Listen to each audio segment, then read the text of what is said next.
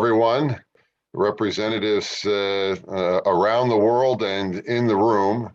And it's my pleasure to join this year's conference. I'm sorry that I can't be there in person. I've heard that the conference is going very well the first 2 days. And I think we have a very interesting and exciting session for you entitled Cooperation Between the State and Civil Society in Combating Xenophobia, Antisemitism, and Racism. This is something that our panel of experts have been dealing with, all of them have been dealing with or wrestling with this issue for a long time. I know in my own case that this is an area that we've worked on very closely with different government entities here in the United States as well as internationally. Sometimes in great cooperation, sometimes in very challenging initiatives and efforts. This goes to, I think, really goes to the heart of what it means to address these types of issues with the various government entities, as I said, both nationally and internationally. It's a relationship that sometimes is difficult.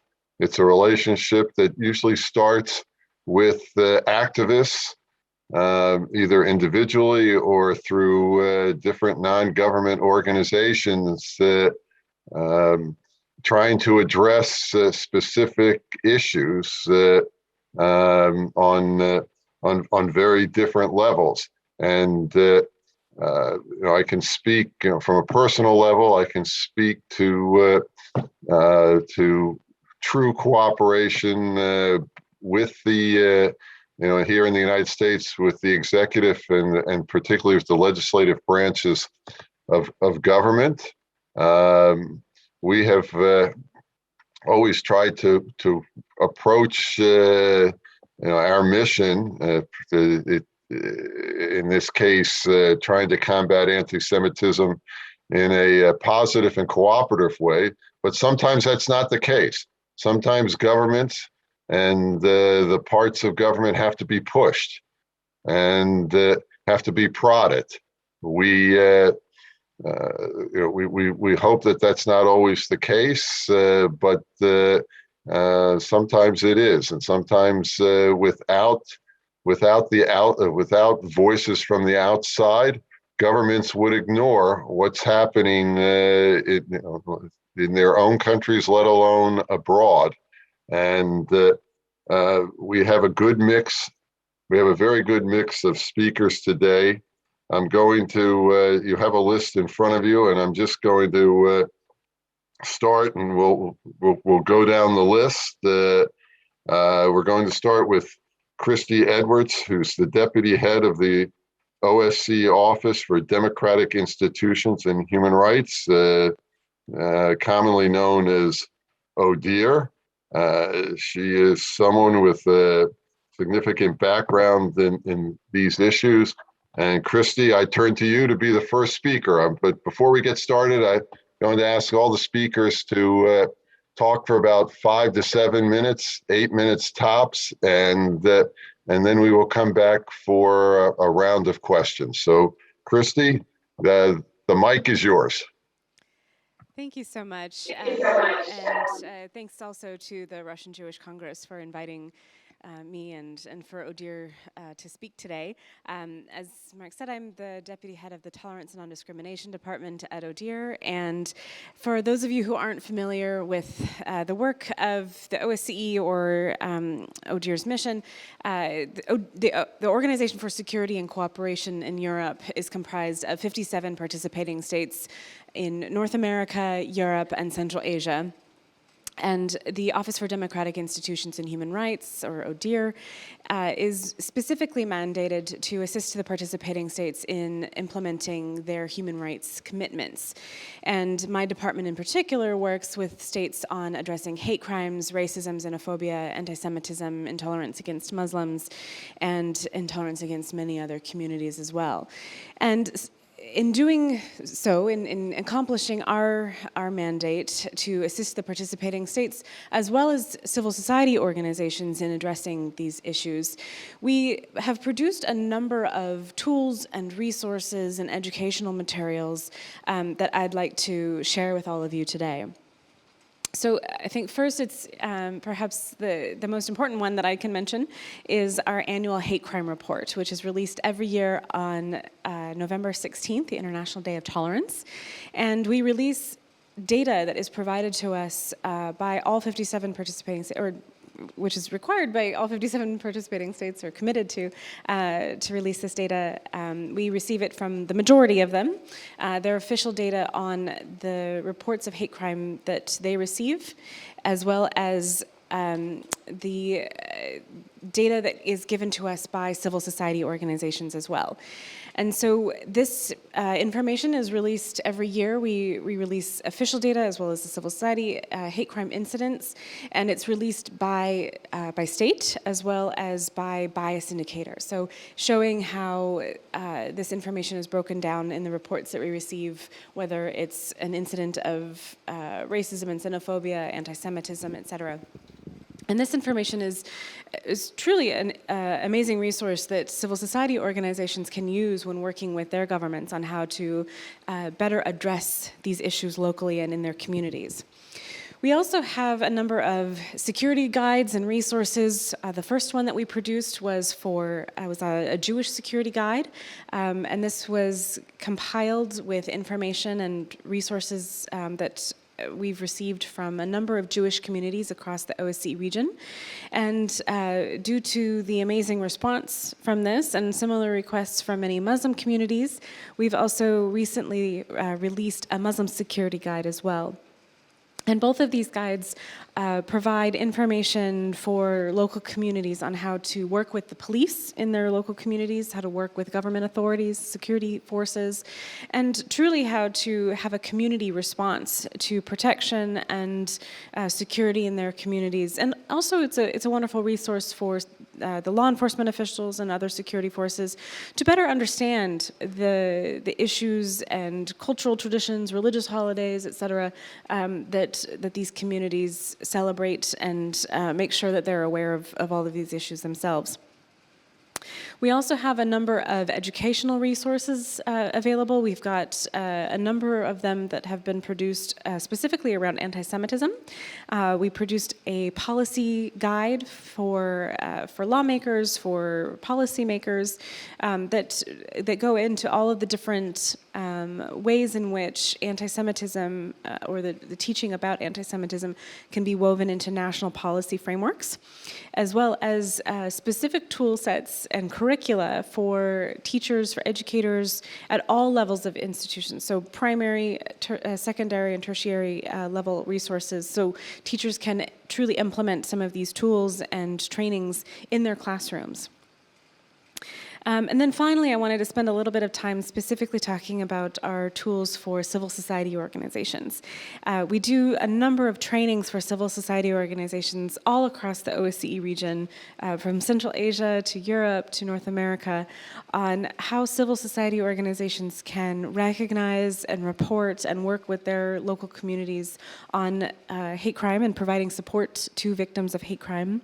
And we also have a coalition building guide. So for not only the Jewish community or the Muslim community or the LGBT community, any vulnerable communities that might be working on these issues locally, and truly bringing them together, because as many of you know, I'm sure, that any community working on these issues can do amazing work on their own, but their work is exponentially strengthened when they work together on these issues. And we've seen some really incredible work that's being done when communities work together, not only to respond to hate crimes in their communities, but also work with local government officials to say that it's absolutely unacceptable, and as governments have the primary responsibility to respond to hate crimes, to make sure that this is done appropriately, that there's accountability and justice that is pursued for these issues when they occur.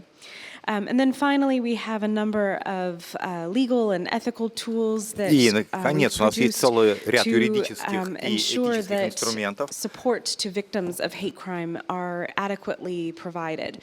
As hate crimes are message crimes, and they are frequently some of the hardest circumstances that anyone can ever experience, particularly if it's a violent crime, making sure that the police not only have the appropriate resources to provide sensitive and respectful treatment to individuals who have suffered these crimes, but to make sure that any service providers, whether they be from civil society or government institutions, are able to provide sensitive and respectful treatment to individuals who have suffered these crimes. So maybe I'll stop there in interest of time, and if anyone has any questions, I'm happy to go a little bit deeper into some of these tools and resources. Christie, thank you very much. It's a good way to start off. For those not familiar with the OSCE process, it's been one of the most important international organizations in promoting human rights overall, but in fighting anti-Semitism, xenophobia, and extremism on the European continent. So thank you for those remarks. Our next presenter is Vic Alhadeff. He's a consultant of the Executive Council of Australian Jewry. Vic, you're coming, we truly are a global forum today, and we welcome you and look forward to hearing what you have to say. Thank you very much, Mark. And I'm speaking to you from Sydney, Australia, and thank you to the Russian Jewish Congress for inviting me to take part in this important forum. As Mark just said, I'm a consultant to the Executive Council of Australian Jewry, representing the Australian Jewish community. Some years ago, an extremist leader gave a speech on the streets of Sydney, openly calling for death to the Jews. And the law did nothing about that. And the problem with the law as it was at the time was that you had to prove a causal connection. You had to prove that because A said something, B carried out an act of violence as a result of what A had said. And that is never going to happen. And in fact, in the 30 years since the particular law had been on the statute books, not a single person had ever been charged, let alone convicted. So the Jewish community, of which I was a leader here in Sydney, Australia, we came to two conclusions. The first one was that if anyone could give a speech on the streets of Sydney calling for violence or death against any demographic, whether that be women, Jews, Filipinos, gays, Muslims, or any group at all, and the law did nothing, it put everyone at risk. And so we needed to change the law. Secondly, we needed to make this campaign a whole of society issue and not a Jewish issue. And so we formed a coalition of approximately 35 different groups from A through Z, starting with Armenian, Chinese, Hindu, Greek, Muslim, Vietnamese, all the way down to Z. I was born in Zimbabwe, and so there was the Z. So the line worked, A through the Z. And in the name of this campaign, we lobbied almost every single member of parliament in the state of New South Wales, where Sydney is in the state parliament, putting to them a proposal and saying that a new law needs to be put into place. A law which said if you incite violence on the basis of race, religion, gender, sexual preference, that is a crime. Do not wait for anyone to act on it. And over the next 3 years, I conducted around 150 meetings with members of parliament to make this case. In addition, I did about 50 media interviews. And I am trying to share my screen. If you can bear with me one moment. And so, and as I said, I did approximately 50 media interviews as well. Radio, television, newspapers, to to make the case that there needs to be a law to such an effect. On the screen there are the logos of the various members of our coalition, as I said, going right through the alphabet across civil society, Hindu, Vietnamese, Muslim, Korean, etc., etc. During this campaign, this group, which I have no doubt you have not heard of, came to the fore, and perversely it assisted the campaign. You can see the terrible posters on the screen. The first one says, legalize the execution of Jews, join your local Nazis. And that clearly is a photograph from the Holocaust, which has been photoshopped. The second slide is a man with a t-shirt saying gay and proud and someone putting a bullet in his head. And so when this organization came to the fore, during the midst of the campaign, which I was already running, this assisted the campaign because I was putting these posters on the desks of the media, of the desks of the parliamentarians to say, this is what we're talking about. It's not merely hate speech, it's actually saying kill people. At the end of 2017, after 2.5 years of this campaigning, the Attorney General took our proposal, the new law, to the government, and they threw it out. They threw it out. We expected that they would say, please make a few changes here and there. They threw it out on the basis of free speech grounds. And so I then went to see the head of the government to take advice. And I was given two key pieces of advice. One was to narrow the focus of the campaign so it would no longer be about hate speech, but it would be about incitement to violence on the basis of race, religion, gender, sexual preference. And secondly, was the advice, I needed to get the mainstream media supporting the government, because the government needed to know that they would be supported. And so for the next 6 months, I focused on that. And I went to see all the biggest voices in the mainstream media. And 6 months later, without changing one word in our proposal, in that bill, the law was passed unanimously in the government, in the party room, in both houses of the parliament. And that law, for the lawyers in the audience, is Section 93Z of the Crimes Act.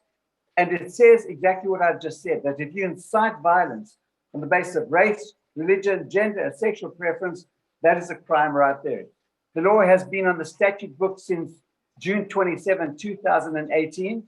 As we sit here today, 3 years later, no one has actually been charged yet, but the police are looking at a number of cases which might fall under this new law.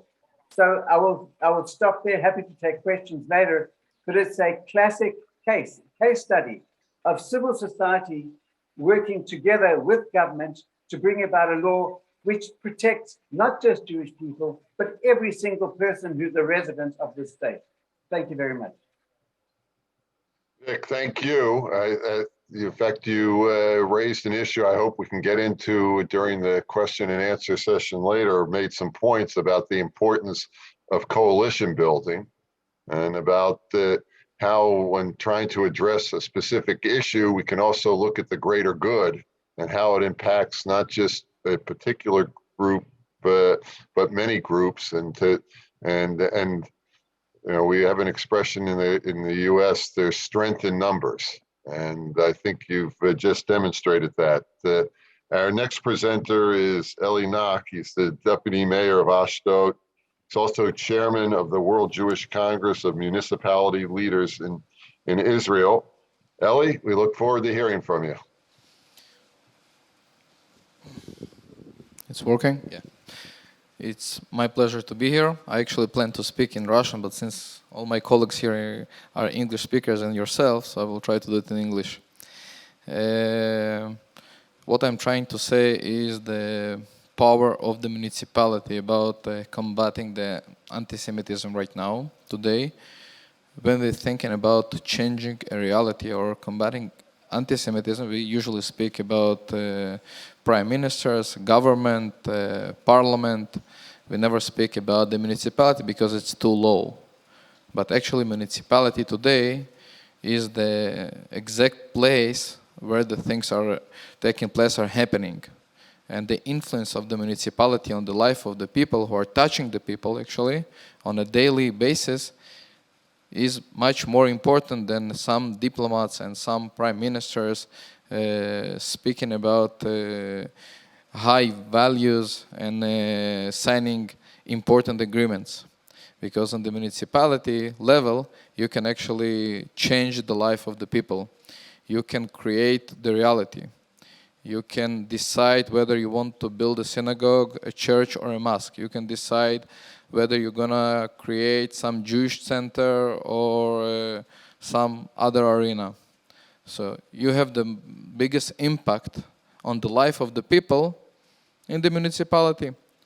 And now in the Corona time, we can see the difficulties that everybody had, and of course also the Jewish community, where some of them couldn't pray in the synagogue or go to the mikveh. And the municipalities had to try to find alternative for those gatherings and those places. We can see vandalism going on cemeteries, on Jewish cemeteries. And unfortunately, none of the high speeches of the prime minister or the parliamentarians is not going to change it, but the law enforcement actually taken care by the municipality is the right place to combat this vandalism. So most of the life that is going on in the everyday life, and especially in the Jewish community, is happening in the municipality level. And it's unappreciated enough. And in Israel, I can say from our own experience, some changes going on, because we have secular religious problems in Israel, in many cities, because the difference of lives of Jewish Orthodox and the secular society are putting some challenges in our life. For example, is the public transportation are going to work on Saturdays and Shabbat or not?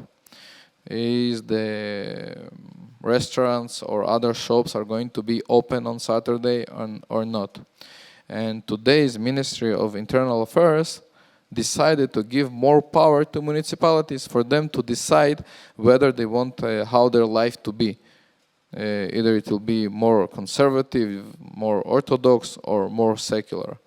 Giving this kind of power to municipalities to combat these issues are giving various of ways of life where everybody can choose where to live and how to live their life. Exactly in the same thing, we can try to combat the anti-Semitism in schools, in educational programs, in cultural events, and all these things eventually happening from the budget of the municipality. They are not happening because some prime minister appeared on a press conference or something like that. So what I'm actually trying to say that we need to give more power, more authority, and maybe even more respect in the arena for the local level authorities, for them to be in the front of the combating the anti-Semitism today. That's it. Thank you. Ellie, thank you. You actually have raised a number of interesting points, because in our work in dealing with governments in Eastern Europe and the former Soviet Union, we've run up against exactly what you've laid out, where the national government will say, of course, we're against these acts of violence or desecration, or even something related to restitution or restoration of cemeteries. And then they say in the same breath, but our hands are tied because it has to be determined at the local level. And we can't, for whatever reasons, we can't get the local officials to see eye to eye with us. So we appreciate your perspective, and I know we'll come back to it. Now we're going to hear from Olga Gorskih, Associate Professor at Tomsk University. She's a federal expert on interethnic relations, prevention of xenophobia.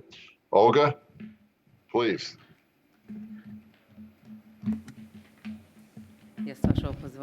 With your permission, I'll take the stand. Please start my presentation. Dear colleagues,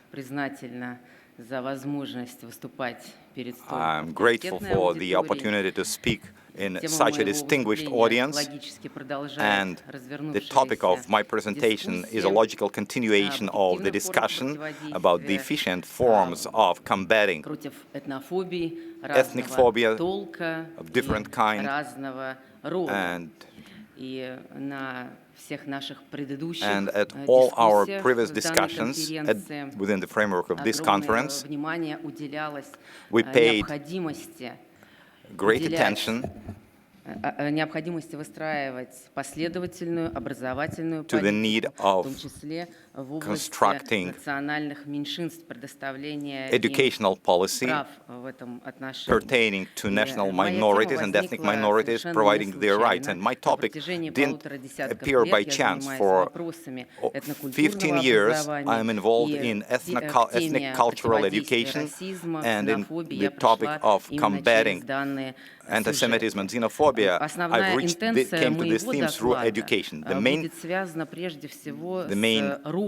thesis of my presentation is related to the role, resources, and awareness of potential power of ethnic cultural autonomies in the area of positive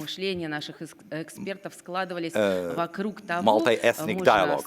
So the experts' opinion today said that the person today has to learn how to live in multicultural environment, how to become a mediator, to be wanted for communication, to possess several different ways of talking, which will allow him access to different strata. So to this respect, the role of ethnic cultural autonomies as an organized institution is a special one. And I would like to define the fact that here in Russia, ethno-cultural autonomy, or ECA, is organized self-definition. It's the organization of the citizens of the Russian Federation who affiliate themselves with certain ethnicity or culture to resolve the issues of ethnic education, culture, or language. And definitely ECAs, as we call them, is the resource of experience, of intellect, of the desire to be demanded in the society they live in, where they greet their families, and where what's most important, they make their professional careers. So I will start with challenges. I will talk about positive practices, but at the same time, based on my experience of discussions with the chairman and leaders of these autonomies, I found out they do not realize their power or potential power is first of all in the area of culture and education. As a rule, their initiative is related to celebration of national and ethnic holidays, sport events, ethnic cuisine, etc., which is positive, which requires a tremendous effort, including physical effort, and usually these events are beautifully arranged, but at the same time, I even marked it with red arrows. At the same time, they are afraid that the cultural aspect is visible, while ethnic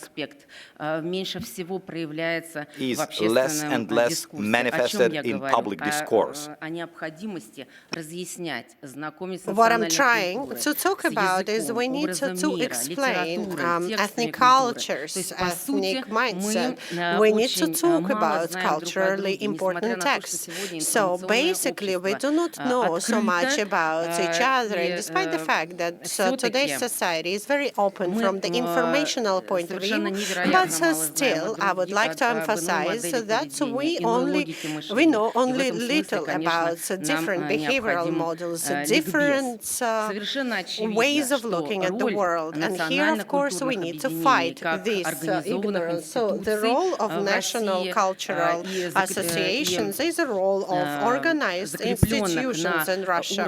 This role has been defined by the Ministry of Justice, and of course we need to not only regulate these activities, but we need to coordinate these activities. These activities are at the heart of the educational process, and they will help us to promote this education. So we have a huge role to play when it comes to harmonization of ethnic or interethnic relationships. And this role reaches further than what can be seen at the first glance. So what it is that we do, what it is that we practice.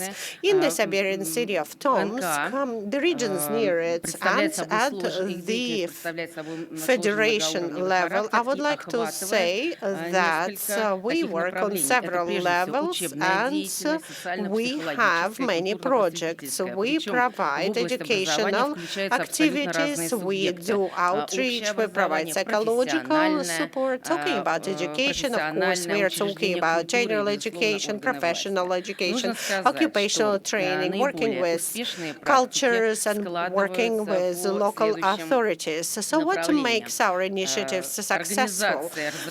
Well, we develop and implement programs and projects in the field of interethnic or intercultural communications. These projects and initiatives can be both educational and non-educational. We are always in a dialogue with the different universities and schools. We involve them in the development of educational programs. It is very important to highlight we live in a digital age. Every one of us is part of this general communication process. We are all buried under an avalanche of information, and this avalanche of information sometimes generates negative verbal patterns or very negative stereotypes that do not match what should be acceptable in a society. We can only address it through educational practices to avoid mental engineering and manipulation of our youth. So we work in Siberia, and so we have a concentration of universities, and we have more than 10,000 foreign students coming from a lot of different countries. In the future, we plan to have more than 20,000 foreign students, and this energy should be steered and managed in a positive way. What we also do, we try to contribute to the integration of migrants into the society. We provide support throughout the whole education process. And another important role is to provide career advice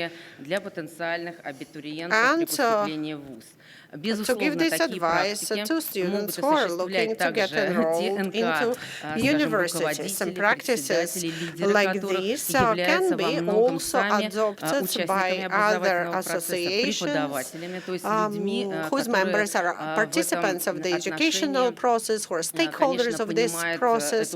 And it all, of course, follows this general education process. And an important aspect of this work should be providing education and training in Russian. So we need to assist the migrants in learning of the Russian language. But let me give you a couple of examples of our projects. We have an interagency coordination council.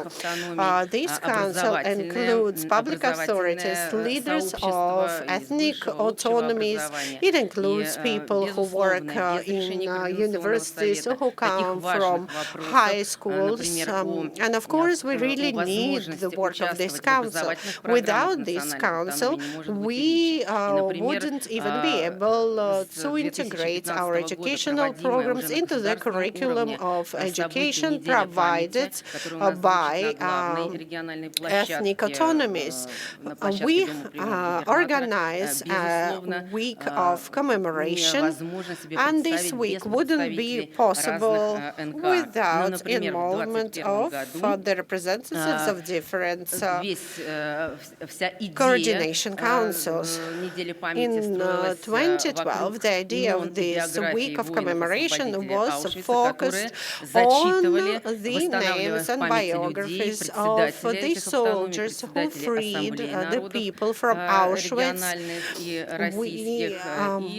We work together with the representatives from different ethnic assemblies, and we did that in order to establish unity, in order to establish a dialogue. So through these biographies of national heroes, the tragedy of Holocaust touched many souls. Another example, we have organized special labs to combat extremism, genocide, and xenophobia in young people.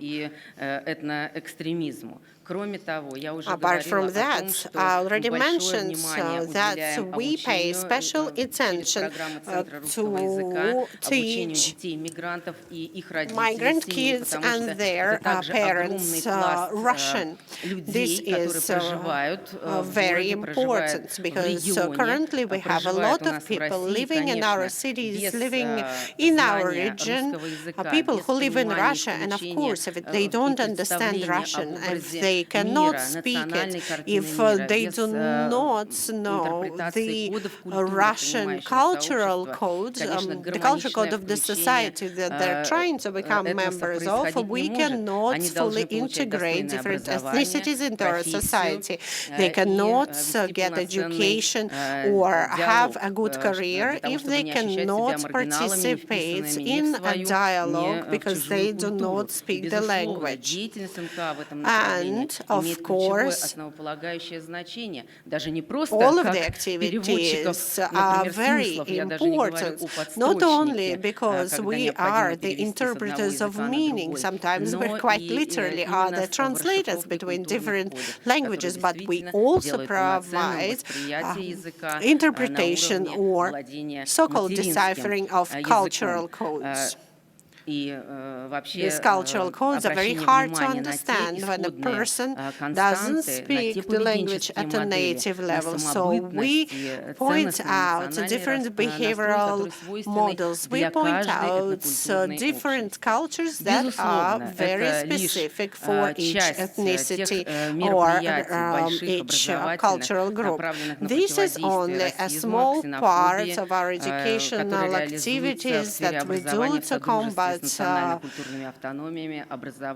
racism and xenophobia.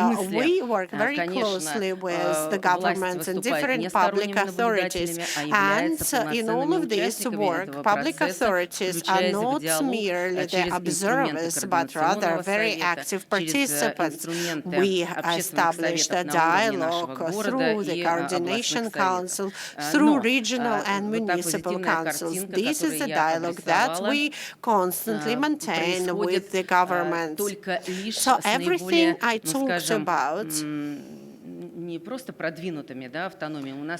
is something that we do with a lot of ethnic autonomies. We have more than 40 of such autonomies located in our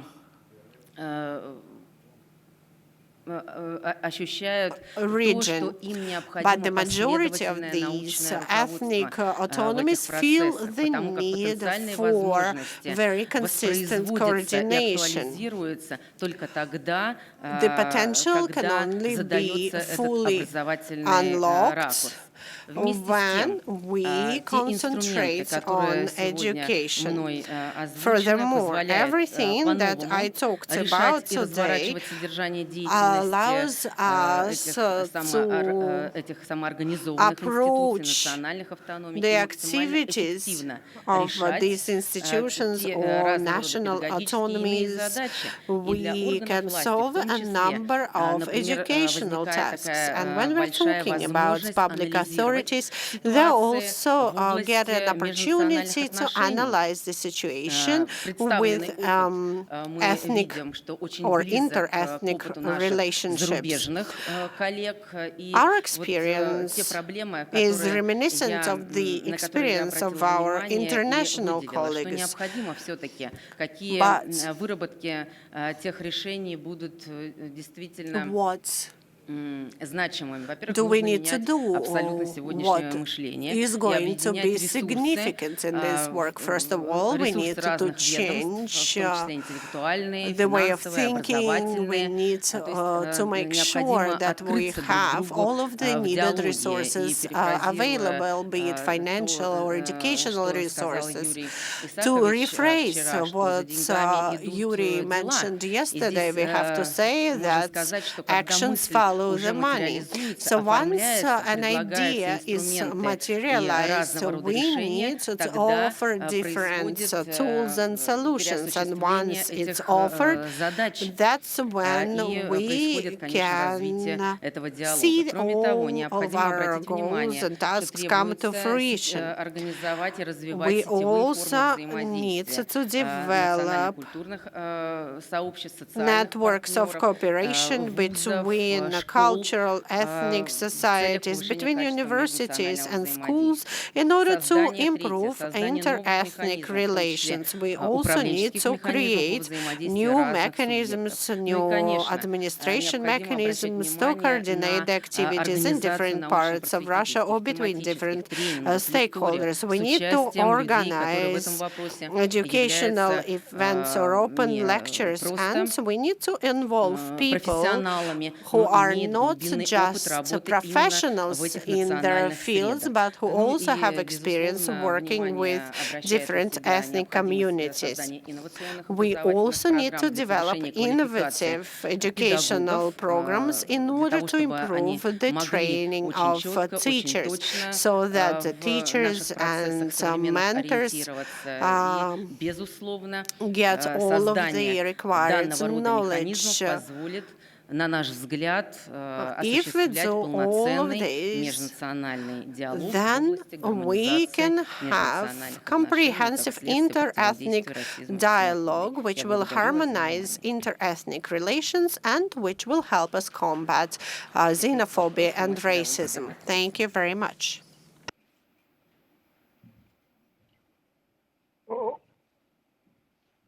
Olga, thank you. That was very informative. In fact, we raised some issues about how once a problem is recognized, how do we move forward in addressing those issues? And our final presenter is Pamela Malewicz. She's the Undersecretary for Human Rights and Cultural Pluralism in the city of Buenos Aires, Argentina. She has a long time experience in this area. And Pamela, we're looking forward to hearing from you. Thank you. Good afternoon. Can you hear me? Yes. Okay. It's an honor for me to participate in the third international conference, Protecting the Future. I take this opportunity to greet the participants and colleagues who are part of this meeting. I am especially grateful to the Russian Jewish Congress, which organized this event to share our reflections. The fight against all forms of discrimination has been a sustained policy for many years in the city of Buenos Aires. This is also established in our constitution, and that is the reason why we work every day to build a plural, diverse, and free of discrimination and prejudice society. However, in this recent difficult time of pandemic, we are concerned about the rise of anti-Semitism and hate speech around the world. Argentina has been no exception. We have noticed the circulation of a considerable amount of anti-Semitic commentary and conspiracy theories. Antisemitism, xenophobia, and racism threaten our society as a whole, encouraging peaceful and respectful coexisting and democracy. Therefore, it's necessary to work on the prevention of discrimination, promoting pluralism, diversity, and awareness of the negative consequence of intolerance. Historically, Buenos Aires has been an open, plural, and receptive city for migrants.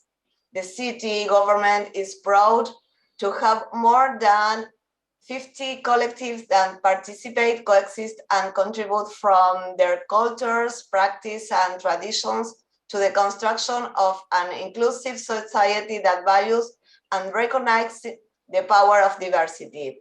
However, we must mention that our city was the victim of two terrorist attacks with anti-Semitic roots.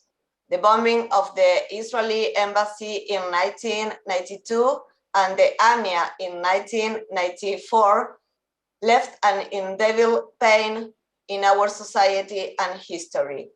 We have the community and responsibility to remember the victims, to remember and to work to prevent this type of atrocity. We are aware that in order to combat anti-Semitism and promote respect and tolerance, it is essential to educate from a human rights perspective. The government of the city of Buenos Aires adopted an holistic approach, working in collaboration with different institutions such as the Shoah Museo, the Anne Frank House, and other civil society institutions, Jewish community, as well as youth group, with the aim of combating different forms of anti-Semitism. On the other hand, we have cultural projects that are tools to promote interculturalism and pluralism, such as Buenos Aires Celebrate. This is a free event that combines art, craft, and gastronomy in the public space. The neighborhood of the city have the opportunity to learn about the traditions and customs of all the communities that live in the city, and to learn, enjoy, recognize, and value cultural diversity. Finally, and after so many months of pandemic, I feel that we were able to connect in some way with deeper issues, revaluing affections. It gave us a possibility to connect and understand the feeling of people who, in the difficult context, may live complex situations that require a lot of commitment, sensitive empathy, and solidarity. We receive a large number of donations that help us to assist those people who are and still are in the situation of extremely vulnerability. I hope that conference is an opportunity, will allow us to continue building a world without discrimination, without anti-Semitism, a more just, peaceful, and inclusive world so that our people can live free, greeting, and l'chaim. Pamela, thank you very much. As I told the audience in the beginning, we have a very diverse group of presenters today, both from international organizations to NGOs and local officials. And I don't think it's by accident, because in order to address the challenges that are confronting civil society today, it requires a level of cooperation at all levels. And I think we've been the beneficiary of hearing these different perspectives. Now, I'd like to start with a general question for all of us. The topic is combating, or the overall theme is, how do we deal with this rise in xenophobia, extremism, anti-Semitism, and we're seeing it from all parts of society.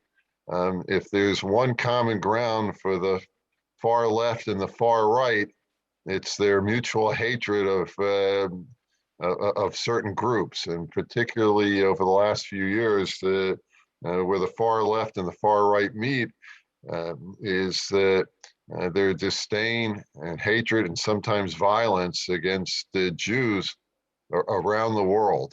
I'd like to start, and then please, anybody who wants to jump in, but Christie, let's start with you. I mean, why do you think this is happening now? Why do you think we've seen this this rise in extremist behavior over the last few years? You might not actually like my response here. We actually don't talk about rising or falling levels of extremism. The annual hate crime report that we produce, we don't have a baseline for how we measure these reports that we get. And the annual numbers that we produce, sometimes the numbers go up because countries are better at actually reporting and recording hate crimes. So, for example, in the United Kingdom, they overhauled the way that they record hate crime a few years ago, and their numbers went up exponentially. That doesn't mean that the UK had an exponential rise in hate crime. It just became they became much better at doing an accurate reflection and recording of the hate crimes that occur in their countries.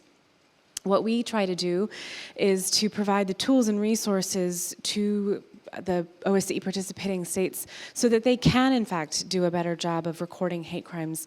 Some of the studies and the research that we've done indicate that only about 20% of individuals who experience hate crime actually report it to the authorities. And that can be for a number of different reasons. There's a lack of trust in the government, in police, for many reasons.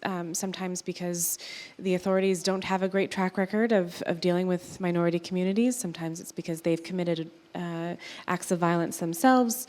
Sometimes if individuals from immigrant backgrounds have negative experiences with authorities in their countries of origin, and so are afraid to go to the police even if they're in a relatively safer community. There could be a lot of different reasons.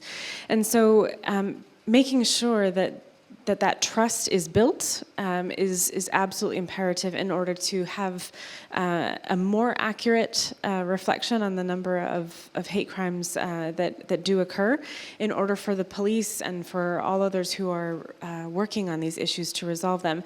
And I will say, so the OSCE's mandate is not actually to work on the issues regarding the perpetrators of these issues, but to provide support to the victims.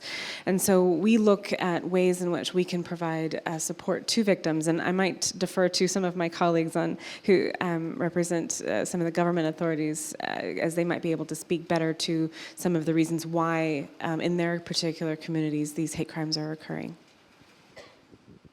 Thank you. You raised, Vic, I'll get to you in just a second. The reporting, or getting governments to report under the OSCE umbrella, has been one of the big challenges over the last few years.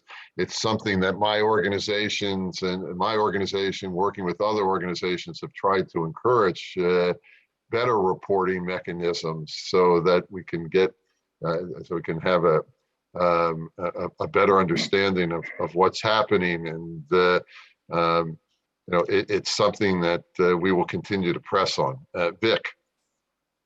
Thanks very much, Mark. And first of all, congratulations to all the speakers.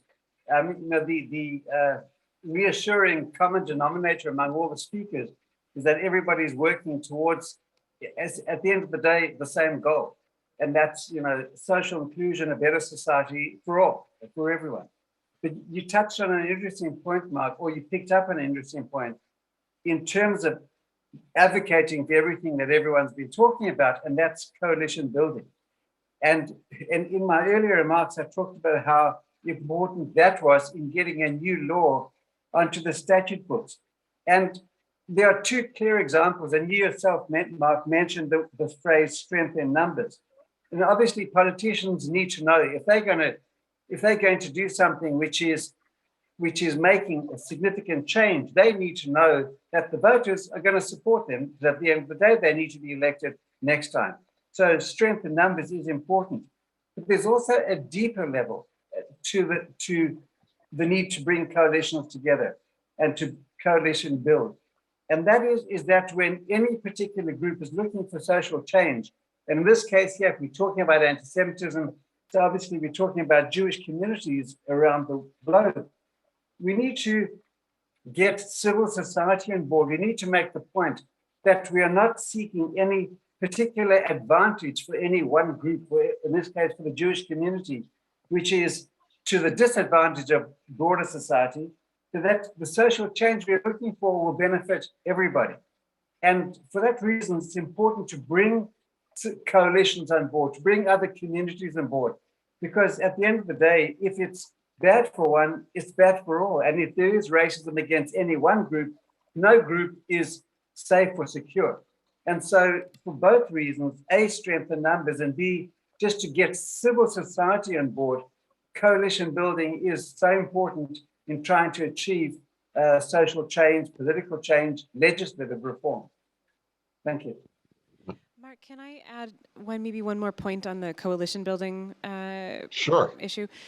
So the coalition building tool that I mentioned at the beginning, it is a step-by-step resource. So for those of you who, like Vic or others, are interested in putting together a coalition in your community, this guide that we have available on the ODIHR website literally goes through steps, A, B, C, D, to ensure that for anyone who is interested in providing this resource or coming up with this kind of a tool for their community is able to have a very, very easy to follow resource in order to put this kind of a toolkit together. And we also firmly believe that it should be available in all languages for the affected communities. We've translated the guide into many communities, and all of our resources are also available in many local languages. And this is also another of the commitments that the OSCE has, the participating states have committed to, and some of the key issues that our High Commissioner for National Minorities has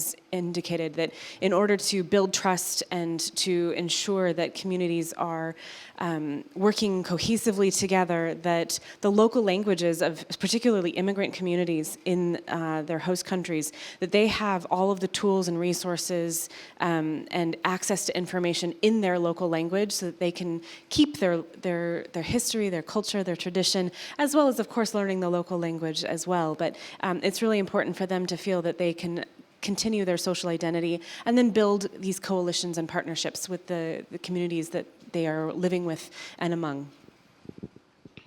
Thank you, Christie. Ellie, Pamela, Olga, would you like to weigh in on this as well? I look about this situation a little bit more globally. And I think that the rise of the anti-Semitism and all this violence is happening, in my opinion, because it's become popular to be a liberal and even to be pro-Palestine, not against Jews, maybe against Israel. And some influential people in the press media, bloggers, Facebook, Instagram, and other people are taking advantage of their influence to speak against Israel. Not as much against Jews, but against Israel, because now they're not anti-Semitic, they're just against Israel, which is just a political opinion or ideology, which means it is okay.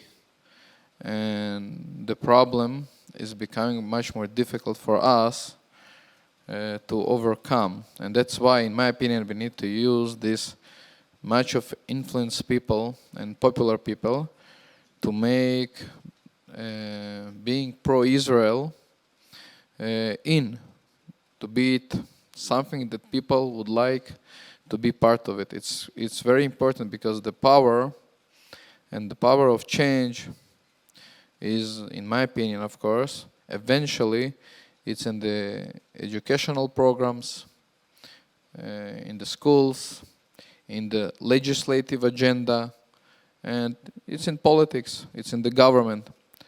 The government, the people are there, are politics, just like me and many other people around the world. And they're sometimes being populistic, and they're looking at the people who are going to vote for them, and then trying to guess which opinion is best to have, and then they're taking this opinion forward, which means we need to make those politics look themselves as a pro-Israel politicians, which means they would like to defend Israel, they would like to be associated with the Jewish community, with people who are famous, powerful, rock stars in their arena. There might be film actors, there might be Nobel Prizes winners,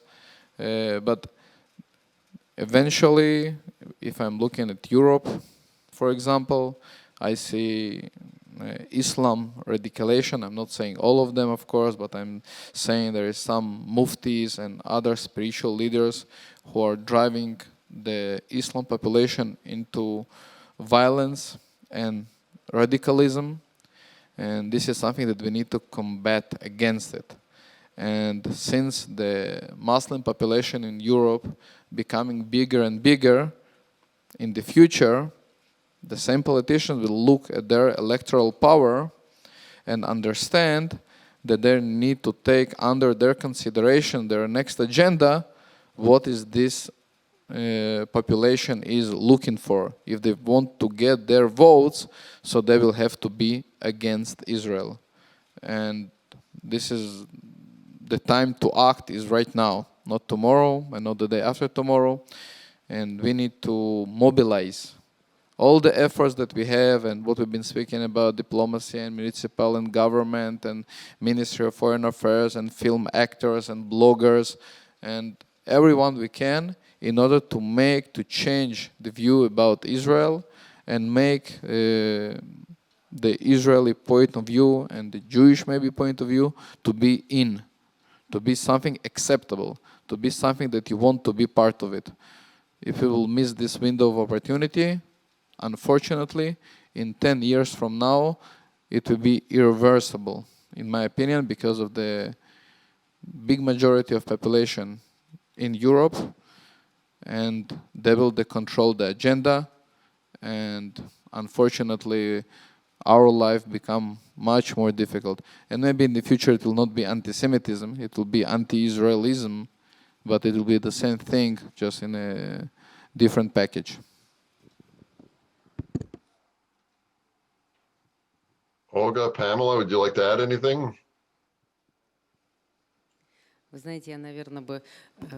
You know, I would like to say that I am for shifting the accents from hate, from exacerbating the situations, on how to combat myself as representing the educational community and academic community and the coordinator of regional and interregional programs on barrier-free media, and creating this media through educational programs and projects. I believe that the only way to achieve these goals is soft coordination in the field of education of ethnic minorities. First of all, we are talking about migrant communities when the country is inviting migrants or the region is inviting migrants from outside. We have to take care of how they can develop themselves and realize their potential in these communities in order to feel equal members of the host community, not enclosing themselves in their enclaves.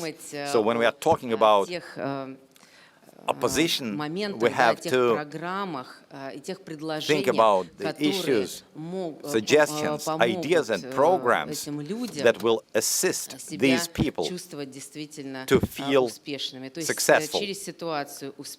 So from their success, from the position of success, from the feeling, from identifying themselves as a full-fledged member of the society, only this case, only this will allow us to change the situation. Whenever we talk about the leaders, including opinion leaders, including influencers who are able to deeply influence today's youth community, first and foremost, it's important to say that they also have to feel themselves as kulturträgers, disseminating knowledge and culture of the host community that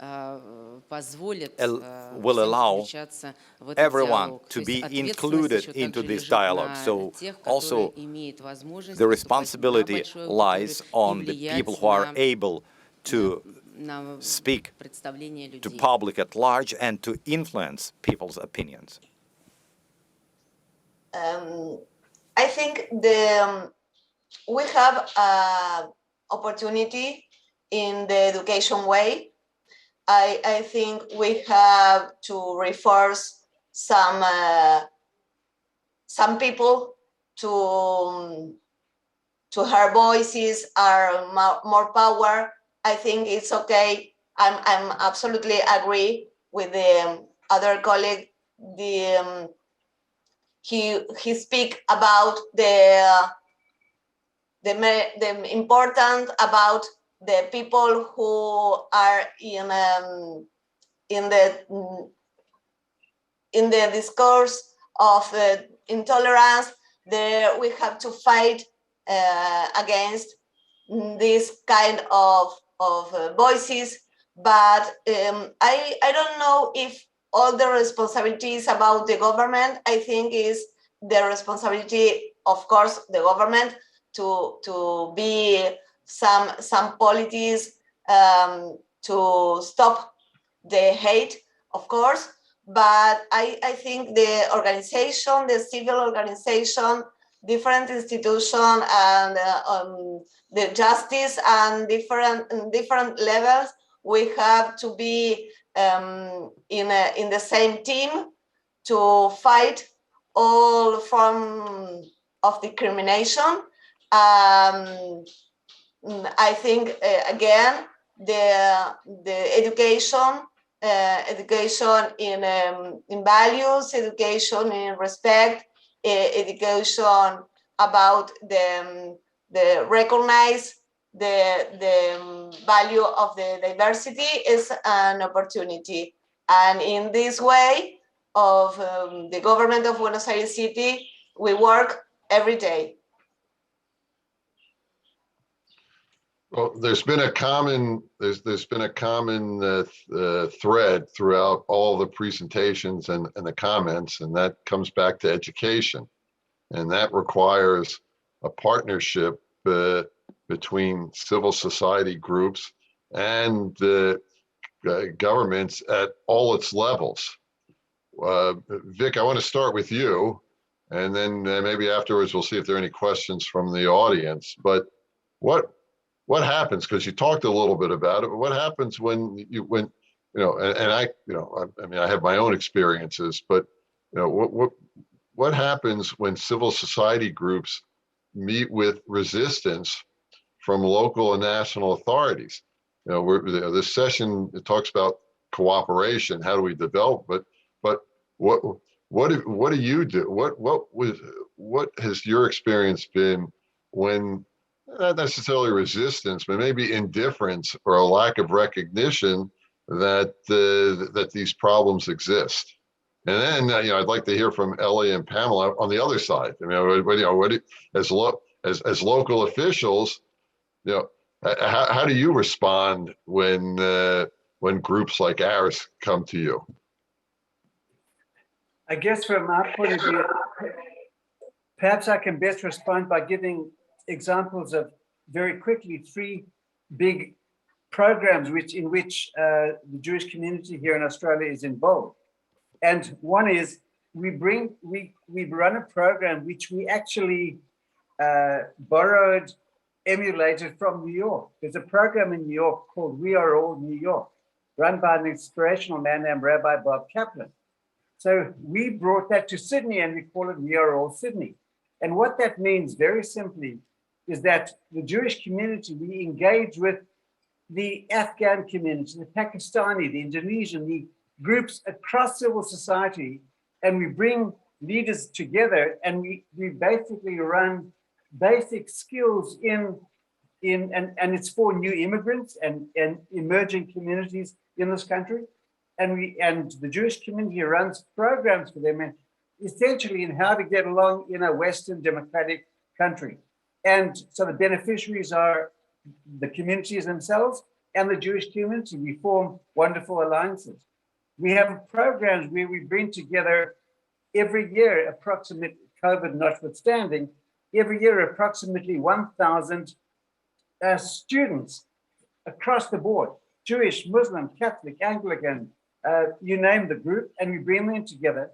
And again, for the point of it is for them to get to know each other, engage each other, respect each other as Australians who happen to have different backgrounds. Again, the beneficiaries are everyone, and there's coalition building happening. And the final thing, and this is not a program, but something which we're very involved in, we are working with one of the world's largest Christian faith groups right now on an anti-Semitism program for Christian schools. Now, that is incredible. And we are at an advanced stage of rolling it out in a number of those schools. And it's purely about anti-Semitism. Obviously, and at an increasingly serious level as you go higher up the chain in terms of older students, obviously culminating the Holocaust, etc. So it all comes down to engaging with civil society, building alliances, so that when we do approach politicians, we're not just approaching them as one small minority group with a vested interest, but a goal and objective which will be of benefit to all. And that very much is key, not every time, but so much of the time in trying to effect social change. Ellie, Pamela, do you want to respond? I can say that once again, from a power point of view, and in my opinion, the power and the change, as I said before, comes from the politics. Being able to build the right coalition, what we've been just talking about before, and some of the speakers referred to, being able to build the right coalition and to have the electoral power, so the people in the local government or in the government will understand that you have the power and you should be taken under consideration. They should be aware of your power. You can make this change. You cannot do this alone, and the power can be very different today. It can be a group of people who deciding to organize demonstrations in the streets. It could be a group of people who have a lot of influence on the network, and they have thousands and maybe tens of thousands of maybe millions of followers, and the people who are in the chair of power will understand that they don't want their public opinion against them. So the power is different, or they could be just other very famous or respectable people, well known, who can speak against or in forward of some issue regarding this hatred or violence or rights of the Jewish community or any other minority community. And in the end, it's all about the power. And the power is about the people.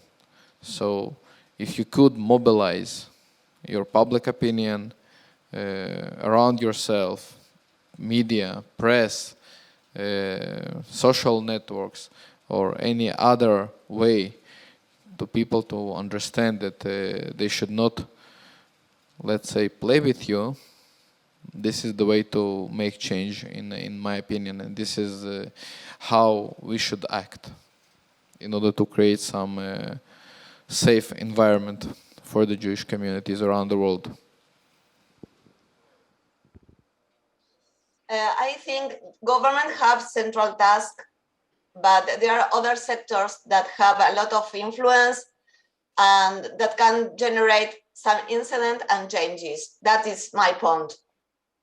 Of course, government have the central responsibility and the task, but we have an opportunity with others' voices. That's the point. Well, I think we can all agree with that. With that last point, that sometimes, and now I'm speaking from an NGO perspective, and I guess Vic and I represent the NGO community with Olga. Sometimes the government is slow in responding, and the wheels of justice are slow. They're slow in turning, and it creates a certain level of frustration on the part of the non-government actors. I think what we need to, what I hope that we can come away with from the session is that, while things may turn slowly, I mean, most people, whether we're in government or out of government, most people want to try to address injustice and look for ways to respond positively and resolve issues related to xenophobia, extremism, anti-Semitism. And this is where in civil society coalition building is so important.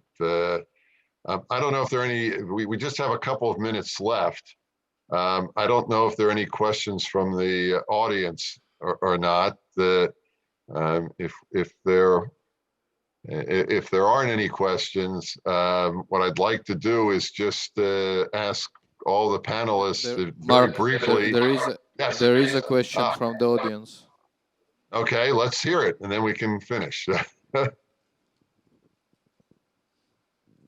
1 second. Thank you very much for giving me an opportunity. But I have a question to Christie. Christie, in your talk, you mentioned that you work with educational organizations. You said that you have developed, well, I'm not sure what you called it, but let's say a package of instructions on how educational organizations should act. Could you please tell me a little bit more about it? Absolutely. And these are all listed publicly available on our website. So we have specific tools on anti-Semitism, and we have a high-level tool on combating intolerance against Muslims as well at the policy level. And then at the school level, we have a series of curricula for school directors, teachers at the university level, the high school or secondary level, as well as elementary school level. So teachers can use it daily in the classroom on the major issues on anti-Semitism specifically. We also have a series of videos and worksheets and specific guides for specific topics that come up very regularly on various kinds of anti-Semitism, whether it be Holocaust denial or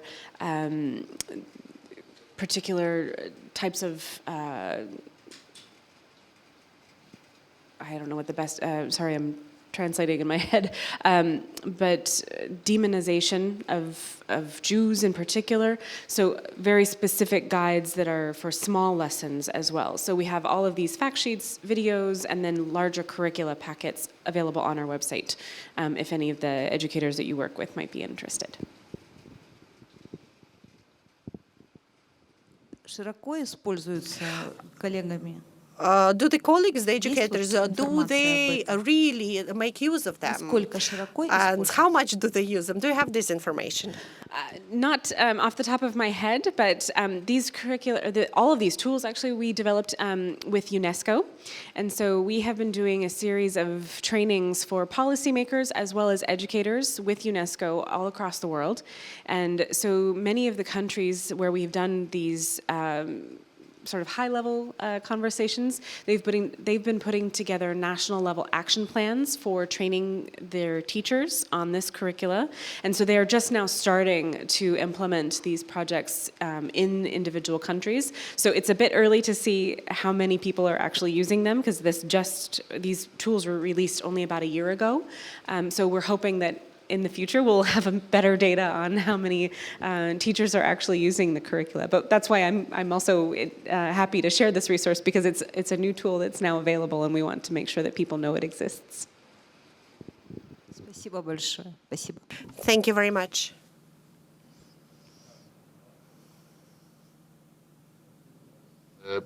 How civil society or NGO groups approached the OSCE, specifically ODIHR, to begin to address some of these issues. And the fight, the efforts to combat a rise in anti-Semitism actually began, unfortunately, almost 20 years ago. And the OSCE held a series of conferences on how to combat anti-Semitism in Vienna, in Berlin, and that led to the creation of special representatives positions on anti-Semitism, on fighting on Islamophobia and Christian phobia. And really, I don't think this would have happened unless NGOs advocated and pushed the representatives. And since then, it's filtered through the member states of the OSCE, and has actually expanded globally through other organizations like the International Holocaust Remembrance Alliance. We've come to the end of the session. One thing I wanted to do was leave people with a sense of optimism in addressing these very difficult issues. I mean, sometimes there are not simple solutions, and it takes not just weeks or months, but years to resolve these issues, if resolving them at all. But I think you can see that with the panelists that we had today, that you see the thread, the thread that connects international, national, local agencies with representatives from international, national, and local NGOs. And it requires working together. It requires, first a recognition of the problem, development of appropriate laws, the enforcement of those laws, and then, as Olga, specifically addressed, and others touched upon, it's education. It's how do we get this message across to the vast majority of the populations in countries around the world to understand what it means to be a tolerant and pluralistic society. So on behalf of the Russian Jewish Congress, I want to thank all of the panelists. I want to thank the audience. I believe we had a very good discussion, and I know that it will continue through the rest of the conference. So again, thank you to all of you, and thanks in particular to the Russian Jewish Congress for organizing this conference. I guess it's good afternoon there, and good night and good morning to everyone else. Thank you. Bye-bye.